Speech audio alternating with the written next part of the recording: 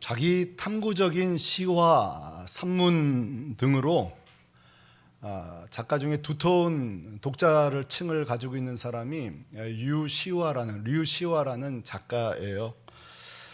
이분에게는 좀 독특한 자기 삶의 신념이라고 할까요? 습관이라고 할까요? 그게 뭔가 하면은 자기가 이게 감동적으로 본 책이든 시든 뭐 다큐멘터리든 영화든 나에게 감동이 있었다 그러면 반드시 그 저자의 고향을 간다든지 그 나라를 방문한다든지 그 다큐멘터리의 그 지역을 꼭 방문을 한다고 해요. 류시아 이 사람이 제일 존경하는 사람이 헨리 소르라는 사람이니까 매사추세츠 이런 데에 오두막 그가 살았던 윌든 호수 여기 막 방문하는 거예요. 또 겐지스강 이런 데 가서 또 확인하고 히말라야, 아프리카 하여간 자신에게 조금이라도 감동을 준 곳을 방문해요. 근데 문제는 이것입니다. 막상 방문해 보면 큰 기대와 달리 너무 실망스럽다는 거예요. 만나는 사람이 막 감동을 주고 영감 있는 사람을 만날 줄 알았는데 공항 도착하자마자 소매치기를 만나고 사기꾼을 만나고 그 앞에 막 감동적인 풍경이 펼쳐질 줄 알았는데 소똥이 막 가득하고 말이죠. 감동이 적다는 거예요. 자, 그런데 우리 비슷한 경험들 다 하셨을 거예요. 그렇죠? 소문 듣고 갔는데 싹 그렇게 감동이 없었다든지 말이죠. 근데 류시화는 그렇다고 해서 돌아오지 않았다는 거예요. 거기서 하루, 이틀, 한 달, 심지어 6개월을 계속 머무는 거예요. 그러면서 작은 변화들이 생겨요. 그곳에 비로소 감동을 받기 시작하는 거예요. 사람들 중에서 귀한 사람들을 만나게 되는 거죠. 류시아는 이렇게 말합니다. 제가 그대로 읽어드릴게요. 장소는 자신의 모습을 쉽사리 드러내지 않는다. 그곳에 가슴을 갖다 대고 마음으로 그것을 바라볼 때 비로소 속살을 드러낼 것이다. 그러니까 지금 뭘 강조하는 거예요? 좋은 곳에 갔다고 되는 게 아니라 마음을 여는 게 필요한 거예요. 주변에 좋은 사람들이 아무리 많아도 내가 마음을 열어야 좋은 사람이 보이는 거예요. 여러분 이게 류시아만 그래요. 우리 일상도 다 이렇지 않아요? 우리가 인간관계든 연인관계든 부부관계든 마찬가지예요. 마음을 열 때 그 사람이 소중한 거예요. 마음을 열 때 내가 사는 곳이 귀하게 보이는 거예요. 예수님이 이 땅에 오셨을 때도 마찬가지 아니에요? 사실 예수님이 이 땅에 오셔서 가는 곳곳마다 천국 복음을 전하고 병든 자는 치료해주고 죽은 자는 살리고 걷지 못하는 걷게 해주고 눈먼 자는 보게 해주고 얼쑤 창하는 것 같네요. 배고픈 자는 배부르게 해주고 자 보였어요? 예수님 다 보여주셨어요. 다 들려주셨어요. 다 경험케 해주셨어요. 자, 그럼에도 불구하고 사람들의 반응 좀 보실래요? 오늘 10절 말씀이에요. 같이 읽습니다. 시작. 그가 세상에 계셨으며 세상은 그로 말미암아 지은 바 되었으되 세상이 그를 알지 못하였고. 다 봤어요. 다 경험했어요. 다 들었어요. 근데 여러분 뭐라고 그러죠? 예수님을 알지 못했다는 거예요. 여기서 알다란 말이 기노스코라는 말인데 그분이 진가를 발견하다 그 뜻이에요. 그 사람의 진가를 깨닫다는 뜻인데 그렇게 다 경험해 놓고도 사람들은 예수님을 알지 못했다. 그 진가를 알지 못했다는 거예요. 자, 여러분 왜 이렇게 됐을까? 왜 이렇게 됐을까? 왜 이런 반응이 나왔을까? 이유가 있어요. 세 가지 유형을 제가 말씀드릴게요. 첫 번째, 편견형이에요. 편견. 아무리 예수님이 위대한 일을 해도요. 첫째, 지역 편견이 있어요. 지역. 나사렛 출신이라 그랬지? 예수님. 에이, 무슨 나사렛에서 저런 사람이 나올 수 있어? 아니 본대로 사람을 낫게 하고 죽은 자를 살리면 그냥 본대로 믿으면 될 거 아니에요. 근데 항상 가로막는 게 뭐예요? 에이, 나사렛 출신인데 뭐. 두 번째, 신분 편견이에요. 마태복음 13장 55절에 보면 항상 예수님의 능력을 보고도 마음속의 결론은 에이, 그런데 목수인데 뭐. 에이, 목수잖아. 뭐 좀 재주 좀 부렸나 보지. 그래서 57절의 결론이 뭐예요? 이 사람들의 결론, 믿었더라가 아니라 배척하니라. 이게 편견형이에요. 두 번째는 무관심형이에요. 무관심. 그 당시 예수님이 이 땅에 오셔서 놀라운 일을 하셨어요. 만약 지금 예수님이 이렇게 행하셨다면 우리 신문 그 헤드라인은 다 맨날 예수님만 나올지 모르겠어요. 그런데 많은 사람들이 무관심했어요. 그래서 마태복음 11장 17절에 보면 예수님이 그들의 너무 냉소적인 마음을 답답하시면서 이렇게 말씀했어요. 장터 비유로. 우리가 너희를 향하여 피리를 불어도 춤을 안 추고 곡을 하여도 슬피 울며 자슴을 치지 않았다고. 이 예수님의 한탄이에요. 어떻게 이럴 수가 있냐는 거예요. 마지막에 또 하나의 예수님을 거부하는 유형이 있는데 그것은 뭐냐면 한번 따라해 보실래요? 나중에 형. 이게 무슨 말일까요? 누가복음 9장에 보면은 예수님이 나를 따르라고 초대해요. 네, 그래요. 근데 하는 말이 요거 좀 해놓고요. 요거 좀 처리해놓고요. 여러분, 우리가 전도하다 보면 그런 분 많이 만나지 않아요? 우리 삶 속에도 이런 세 가지 유형들이 있어요. 복음을 전도할 때. 첫 번째, 편견형. 제 제자 중에 남자 청년은 예배 나와요. 제가 하는 성경 공부도 참여했어요. 근데 하는 말이 도무지 마음이 안 열린다는 거예요. 그래서 이렇게 대화를 해보니까 이유를 알게 됐어요. 그것은 뭔가 하면 이 형제가 어렸을 때부터 아버지로부터 너무 교회에 대한, 특히 목회자에 대한 너무 안 좋은 얘기를 듣고 자란 거예요. 사업을 하다가 예수 믿는 사람한테 고통을 겪었어요. 제가 지금도 잊지 못해. 이 형제가 저한테 처음 했던 말이 뭐라 했는지 아세요? 목사님 치시고 친절하시네요.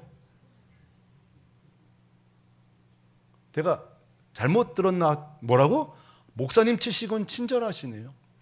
그러면 얘 의식 속에는 지금 목사가 어떤 사람이라는 거예요. 그런데 물었어요. 너 목사님들 많이 만나봤냐? 아니래. 근데 그것도 뭐예요? 다 아버지로부터 들은 이야기예요. 여러분, 이런 편견형, 한 번도 예수님을 경험해보고 성경 공부는 해본 적 없고 교회도 안 가봤는데도 에이, 교회는 갈 곳이 못 돼. 목사는 만날 사람이 못 돼. 이게 편견. 두 번째로는 무관심이에요. 실제 전도 현장에서 전도해보면 솔직히 그 안에 죽음에 대한 관심들이 있어요. 사후에 대한 관심도 있어요. 구원자가 있는 건 아닐까 하는 사실 관심사가 있어요. 천국 지옥에 대해 궁금해요. 그런데 뭔지 아세요? 그 생각을 시작하는 순간에 복잡해지는 게 싫은 거예요. 그러니까 미뤄두는 거예요. 미뤄두는 거예요. 이 무관심형이에요. 나중에 형이 사실은 제일 힘들어요. 전도하면요, 아멘, 아멘. 나중에 갈게요. 김 빠져요. 김 빠져요. 복음 제시도 받아요. 나중에요. 아유, 우리 어머니가 불교라서 우리 어머니 돌아가시면 갈게요. 아유, 우리 집안이 제사 때문에 이거 좀 없어지면 갈게요. 나중에. 자, 여러분 보세요. 이게 일단 공통점이 뭐죠? 마음을 닫아버리는 거예요. 마음을 닫아버릴 때에 벌어지는 일이 뭐예요? 예수님을 배척하는 일이에요. 자, 생각해 보세요. 마음은 딱 닫았어요. 그런데 그래도 관심이 생겨서 성경 좀 읽어볼까? 그러나 마음이 닫힌 채로 성경을 읽으면요, 성경은 속살을 보여주지 않습니다. 성경은 열리지 않아요. 실망하고 맙니다. 딱 마음을 닫아놓고 교회에 가게 되잖아요. 첫날부터 교회는 실망스러울 거예요. 내가 마음을 닫으면 교회는 실망스러운 곳이에요. 내가 마음을 닫으면 교회 가서 어디 좋은 사람 없나, 좋은 성도 없나 절대 안 보일 거예요. 내가 마음을 닫는 순간에, 여러분, 마음이 얼마나 중요한지 아세요? 마음이 닫히는 순간에 눈이 닫히고요, 마음이 닫히는 순간에 귀가 닫히고요, 마음이 닫히는 순간에 감정도 닫혀요. 찬양도 안 나와요. 그래서 성경이 오늘 뭐라고 딱 선언하시는 거 아니? 11절. 자기 땅에 예수님이 오매 자기 백성이 뭐하지 아니하였다고요? 영접하지 아니했다는 거예요. 가장 안타까운 장면 아니에요? 이 영광의 예수님이 오셨는데, 이 영광의 예수님이 오셨는데도 백성이 예수님을 맞이하지 않았다는 거예요. 자, 사랑하는 성도 여러분, 오늘 저는 이 본문을 두 그룹에게 적용할 거예요. 두 그룹. 첫째, 저는 오늘 이 설교를 처음 예수를 믿으려는 분을 위해 설교할 거예요. 오늘 이 설교를 여러분 처음 관심 있는 자들, 예수 믿은 자에게 반드시 영상을 보내주셔야 돼요. 그분들은 지금 예수를 믿지 않거나 믿기 직전이거나 주저하는 분들이 계실 거예요. 저는 그분들을 위해 오늘 먼저 설교할 거예요. 두 번째로 여러분에게 이 본문을 적용시킬 거예요. 이미 신자 말이죠. 이미 예수님을 영접했어요. 주와 구세주로 믿고 있어요. 그럼에도 불구하고 여러분에게는 이 설교가 여러분에게는 좋은 도움이 될 거라고 생각합니다. 자, 첫 번째로 혹시 누군가를 통해서 이 영상을 받으신 분, 여러분은 지금 처음 예수를 믿고자 하거나 관심 있거나 주저하는 분, 여러분에게 오늘 설교합니다. 자, 여러분들은 이미 많은 경우 예수님에서 들으셨을 거예요. 교회도 나가셨을지도 모르겠어요. 다만 지금 여러분은 예수님을 나의 주와 구세주로 영접하는 것은 잠시 보류하고 계세요. 이유는 뭐 좋아요. 편견이든 무관심이든 천천히 할게, 나중에 믿을게요. 여러분 다 개인 의사가 있으시겠죠. 자, 그러나 이 아침 처음 믿으려는 여러분들에게 제가 축복된 소식을 전할 이야기가 한 가지 있습니다. 그것은 제가 전하는 것이 아니라 이것입니다. 여러분이 지금 믿든 나중에 믿든 그와 관계없이 예수님은 여러분을 초대하고 있다는 사실이에요.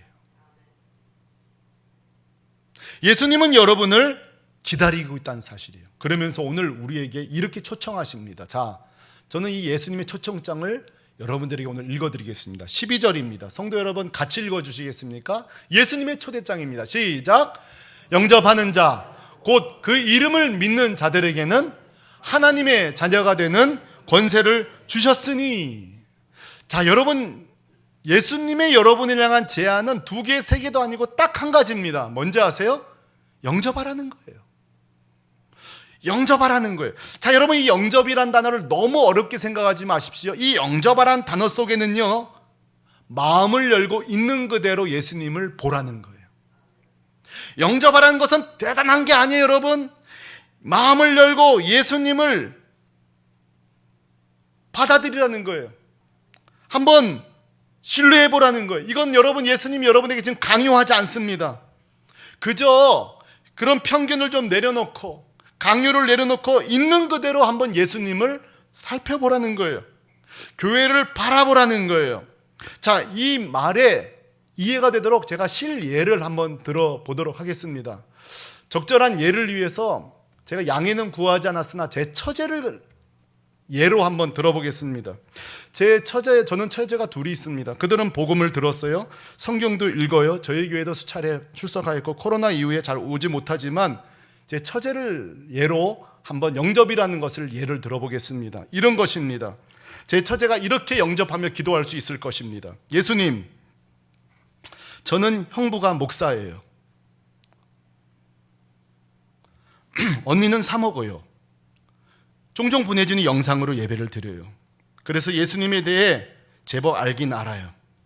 그러나 이 시간 제 형부가 목사여서가 아니라, 제 언니가 사모여서가 아니라 오늘 이 시간에 주님을 나의 구주로 인정해 보려고 합니다. 주님을 있는 그대로 한번 바라보려고 합니다. 그리고 나를 위해 죽으시고 내 인생, 내 가정을 인도하시는 주님으로 마음을 열고 바라보려고 합니다. 그리고 교회에 나가보려고 합니다. 예수님의 이름으로 기도합니다. 아멘. 여러분, 이것이 바로 주님을 영접하는 거예요. 여러분 중에 이런 분인지 모르겠어요. 이 영상을 보시는 분 중에 이런 분인지 모르겠어요. 아니, 목사님, 아니 영접이라는 게 그렇게 3-4문장의 기도로 끝나는 겁니까? 별거 아니네요. 그게 끝이에요? 그렇게 질문하면 있을지 모르겠어요. 맞습니다.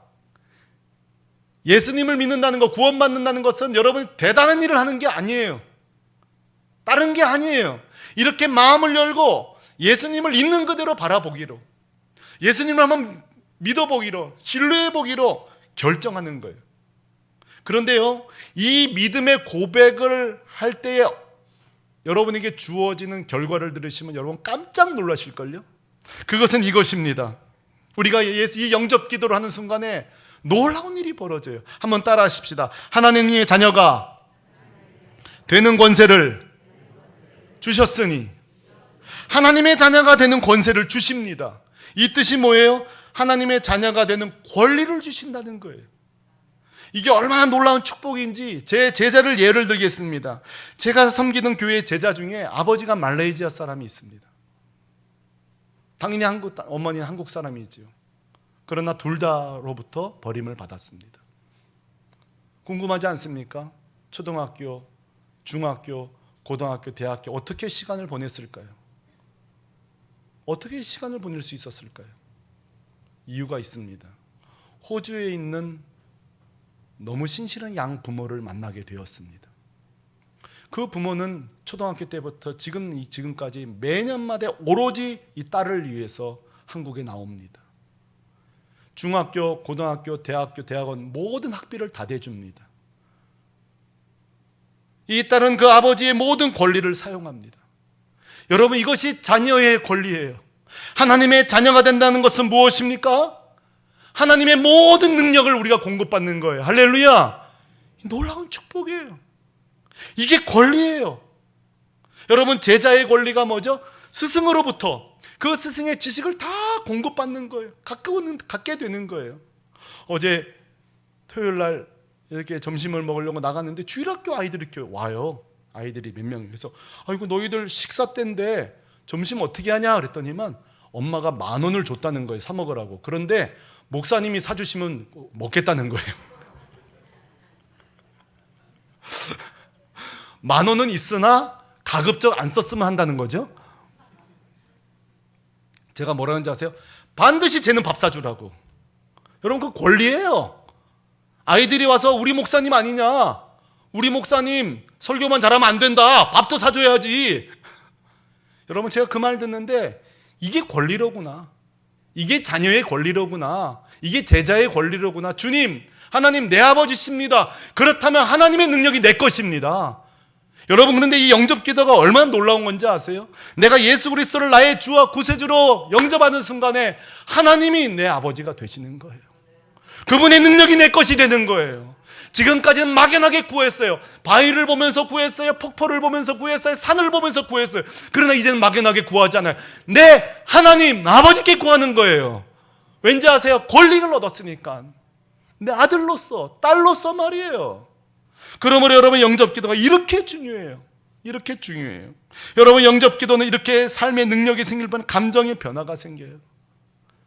오늘 이 설교가 마친 뒤에 꼭 순종하시길, 실천해 보시길 바랍니다. 예배가 마칩니다. 아이고, 한번 해볼까? 예수님, 나의 주와 구세주로 영접합니다. 처음으로 내 인생의 주인으로 모십니다. 예수님 이름으로 기도합니다. 저는 확신합니다. 그 순간에 성령께서 여러분의 놀라운 능력을 주실 것입니다. 놀라운 감동을 주실 거예요. 그럴 수밖에 없죠. 어떤 분은 그렇게 말해요. 아, 목사님 혼자서는 못하겠는데요. 괜찮아요. 여러분에게 수시로 복음을 전하는 언니한테 요청하십시오. 친구한테 요청하십시오. 부회유자에게 요청하십시오. 오늘 저는 이 설교를 일부 예배 때 했습니다. 그리고 제가 설교하러 방금 지금 2부에 올라오기 전에 우리 한 세가족 팀에서 저에게 말씀해. 목사님 1부 예배 때 그분 한 분이 자기 인생 처음으로 예수님을 나의 주와 구세주로 영접했다는 거예요. 할렐루야! 얼마나 감사한지 몰라요. 저는 항상 생각해요. 예수님은요 24시간 늘 대기 중이십니다. 잊지 마십시오. 잠이 안 오거든 깨어나서 기도하십시오. 예수님은 24시간 대기 중인 증거가 어디 있습니까?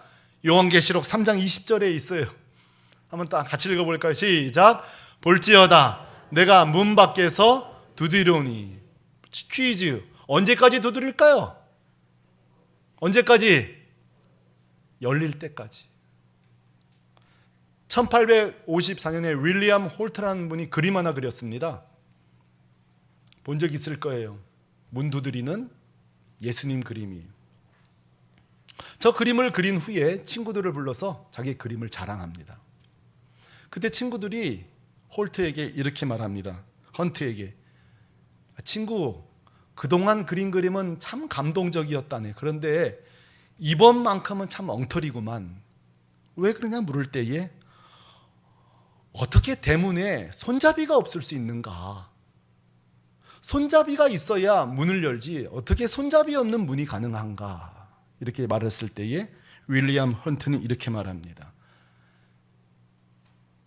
마음의 문에는 바깥에는 문이 손잡이가 없다네. 있을 필요도 없지. 예수님이 열릴 때까지 두드릴 거거든. 그 다음 그 두드리시는 주님 앞에 안쪽에만 문이 손잡이가 있다네. 그런데 말이지, 지금까지 주님이 두드린 자 중에 그 문을 열지 않은 자가 없다네. 그 말을 들은 친구들은 이 그림 제목을 세상의 빛이라고 같이 명령해 주었습니다. 사랑하는 성도 여러분, 오늘 이 영상 설교를 듣고 계신 여러분, 저는 기대합니다. 지난 2000년 역사 동안 주님은 지금도 쉬지 않고 마음의 문을 두드립니다. 이 집의 가장의 마음의 문을 두드립니다. 여동생들의 마음을 두드립니다. 그런데요, 우리 주님은요, 못 연 문이 없습니다. 할렐루야. 왜요? 사람은 몇 번 두드리다가 끝입니다. 사람은 며칠 두드리다가 끝입니다. 그러나 우리 주님은요, 말씀하십니다. 볼지어다 내가 끝까지 두드리시는 거예요. 그 주님 때문에 우리가 구원받은 거예요. 많은 분들은 오해합니다. 내가 착하게 살아야만 주님이 문 열어주시는 줄 압니다. 우리가 행함이 많아야 그 문을 열어주시는 줄 압니다. 교회 나와서 봉사를 많이 해야 문 열어주시는 줄 압니다. 아니요, 하나밖에 없어요. 문만 여시면 됩니다. 주님은 아무것도 없어요. 문만 열시면 되는 거예요. 그러므로 예수 믿기 원하시는 분 있습니까? 담배, 술 못 끊어도 괜찮습니다. 과거에 지은 죄가 많아도 괜찮습니다. 열시면 됩니다. 문만 열면 됩니다. 그러면 주님이 그 문을 열어주시는 거예요. 오늘 이 영상 설교를 전달받은 자마다 예수 믿는 은혜가 있기를 주님의 이름으로 축원합니다. 두 번째, 이 설교는요, 기존 신자 저와 여러분에게도 이 설교를 적용하려 합니다. 우리는 예수님을 영접한다는 문장을 최초로 예수 믿을 때만 사용하는 줄 압니다. 물론 맞지요. 예수를 영접한다, 믿는다, 구원받을 때만 필요한 것으로 생각합니다. 그러나 천만에 그렇지 않습니다. 그것은 영접이란 단어에 또 소중한 뜻이 있기 때문에 그래요. 이 영접이란 단어는 단순히 믿는다는 단어를 떠나서 신뢰하다, 인정하다, 껴안다는 뜻이 있습니다. 동행하다는 뜻이에요. 동행하다. 그러므로 여러분, 이 설교를 아주 낯설게 적용해 보겠습니다. 여러분, 최초로 예수님을 영접하셨을 것입니다. 그러나 이렇게 질문하겠습니다. 여러분은 매일매일 그분을 껴안고 살고 있습니까? 매일매일 그분을 신뢰하며 인정하며 그분과 함께 출근하고 있습니까? 정말 매일매일 그분에게 내 삶을 드리고 대화하고 교제하며 진짜 이 영접의 단어의 깊은 의미를 누리고 계시단 말이에요. 우리 주님은 이렇게 말씀하고 있지 않을까요? 얘야, 어떻게 너는 나랑 같이 대화할 시간이 없냐? 얘야, 나는 너가 오늘 밥 먹자 그래서 이런저런 얘기할 줄 알았는데 어떻게 이렇게 한마디도 없니? 이런 거와 똑같습니다. 여러분 중에 특정인을 저희 집에 초대합니다. 저희 집에 한 가정이 왔다고 치십시다. 제가 밥을 차립니다. 음식을 차립니다. 근데 제가 여러분 한마디 여러분에게 말을 걸지 않아요. 밥 먹는 내내 한마디도 대화도 하지 않습니다. 식사 마치자 제가 이렇게 겨우 말을 꺼냅니다. 안녕히 가십시오. 여러분은 가면서 이렇게 말할 겁니다. 내가 다시는 오나 봐라. 내가 다시는 오나 봐라. 여러분, 우리의 신앙생활이 이렇지 않을까요? 주님과의 우리의 관계가 혹시 이런 건 아닙니까? 우리는 지금 이 공동 예배를 드리고 있습니다. 이 공동 예배 시간으로 주님과 나의 1대1이 다 이루었다고 생각하신다면 그건 오산입니다. 자녀들이 부모를 만날 때 형제들이 다 모일 때는 오지만 1대1로 만나러 오지 않는다면 그것은 부모가 참으로 원하는 관계는 아닐 것입니다. 그러므로 주님이 원하는 우리의 관계를 제가 소개합니다. 3장 20절 끄트머리까지 같이 읽기를 원합니다. 이게 주님의 마음이에요. 이게 영접의 마음이에요. 다 같이 시작. 볼지어다 내가 문 밖에 서서 두드리노니 누구든지 내 음성을 듣고 문을 열면 내가 그에게로 들어가 그와 더불어 먹고 그는 나와 더불어 먹으리라. 아멘. 아멘. 이것이 영접입니다. 영접은 예수 믿을 동안 필요한 게 아니에요. 주님 나라 갈 때까지 항상 그분께 의뢰하고 신뢰하고 주님을 부둥켜 알고는 삶이에요. 껴안는 삶이에요. 여러분, 그 부모가 없는 아이들을 향한 그런 실험을 했다 그러죠. 아무것도 이 아이 해주는 게 없이 30일 동안 상담사가 만날 때마다 아이만 안아주기만 했다는 거예요. 그냥 다음 주 또 만나자, 또 안아주고, 그 다음번에 만나면 또 안아주고, 이걸 30일만 또 했다는 거예요. 안아주기만 했다는 거예요. 근데 여러분, 놀라운 일이 벌어요. 아이의 틱이 사라집니다. 아이가 밤에 오줌 싸는 일이 사라집니다. 안정감을 느낍니다. 여러분, 이게 동행이에요.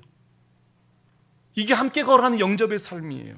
오늘 5가지 숙제를 내드립니다. 첫째, 여러분 꼭 출근 전에 주님, 오늘 하루도 주님 능력으로 삽니다. 매일 아침 마음을 열고 주님을 영접하고 인정할 수 있기를 주님으로 축복합니다. 여러분, 위기의 순간에 숙제 내드립니다. 주님, 이 문제는 주님이 해결하십니다. 이게 영접이에요. 마음을 열고 주님을 인정하고 기도하는 여러분 되시기를 축복합니다. 여러분, 교회 생활도 마찬가지예요. 내가 이 교회 한 달만 나가봐야지, 2달만 나가봐야지, 어떻게 나를 만족시키나 볼까? 그거 아니에요. 주님, 저를 이 교회로 인도하신 줄로 저는 믿습니다. 마음을 열고 교회 안에 성도들과 교제하시기를 바랍니다. 여러분, 예배 생활도 마찬가지예요. 시간 받아가지고 막 정신없이 오지 말고 5분 10분 전에 오셔가지고 기도하십시오. 주님, 그리고 찬송 중에 주님을 껴안고, 말씀 중에 또 주님을 껴안고, 기도 중에 주님을 껴안고, 그렇게 주님 주실 은혜를 인정하시길 바랍니다. 마지막에 여러분, 오늘 이제 5월 마지막 주 가정의 달 마지막 설교입니다. 여러분, 부부 사이에도 이런 깊은 영접이 있기를 바랍니다. 서로를 깊이 알아주고 그 마음을 이해해주고 중심으로 마음을 열 때 여러분, 내 배우자가 새롭게 보입니다. 이런 사람에게 이런 매력이 있었네, 새로움이 보이는 거예요. 가정 부부 사이의 영접이 필요합니다. 저는 이 영접을 가장 잘한 사람이 다윗이라고 생각합니다. 다윗은 매일매일과 주님과 함께 교제를 합니다. 다시 말해 매일매일 주님을 영접합니다. 그러니까 뭐라고 고백한지 아세요? 내가 아침마다 새롭다 그랬어요. 아침마다 주의 인자함이 새롭다 그랬어요. 여러분, 이 고백이 우리에게 필요합니다. 아이고, 또 새로운 날이네, 아이고, 오늘 또 할 일 많네. 그게 아니라 하나님, 새날 주셔서 감사합니다. 또 새날이구나, 아침마다 새롭구나, 주의 인자하심이 오늘 또 함께 하시겠구나. 그렇게 오늘 말씀을 첫째로는 우리 처음 믿는 분들 예수 믿게 되는 은혜가 있기를 바라고, 이미 신자들은 매일매일 주님과 껴안고 영접하면서 동행하는 삶 되시기를 우리 주 예수 그리스도의 이름으로 축원합니다. 축원합니다. 우리 다 같이 찬양하겠습니다. 다 자리에서 일어나십시다. 122장 주의 인자는 끝이 없고, 여기 가사 보니까요, 아침마다 새롭고 늘 새롭다고 고백했어요. 여러분, 이 고백 다윗만 해서 되겠어요? 우리도 해야 안 되겠습니까? 우리 찬양 같이 고백하십시다. 주의 인자는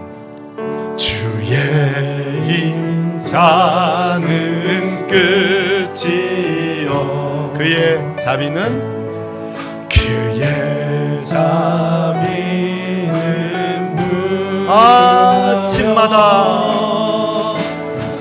아침마다 새로운, 아멘, 늘 새로우니 주의 성실이라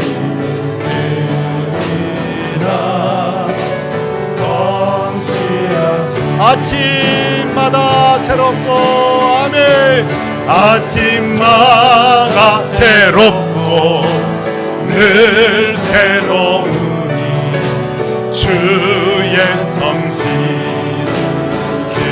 아멘, 아멘, 성실. 우리 마지막으로 찬양하십시다. 아침마다 새롭고 늘 새로우니 주의 성실이 크니라 성실하신 주님. 우리 두 가지 기도할 텐데, 첫 번째 중보기도. 주님, 저는 오늘 이 설교 영상을 누구누구에게 보낼 거예요. 그 사람이 이 설교 영상을 보고 예수 그리스도를 나의 주로 영접하는 날 되게 해주세요. 오늘 주님 믿는 첫날 되게 해주세요. 둘째, 자기 자신을 위해 기도하는 거예요. 주님, 너무 주님을 제가 소홀하게 대해드렸어요.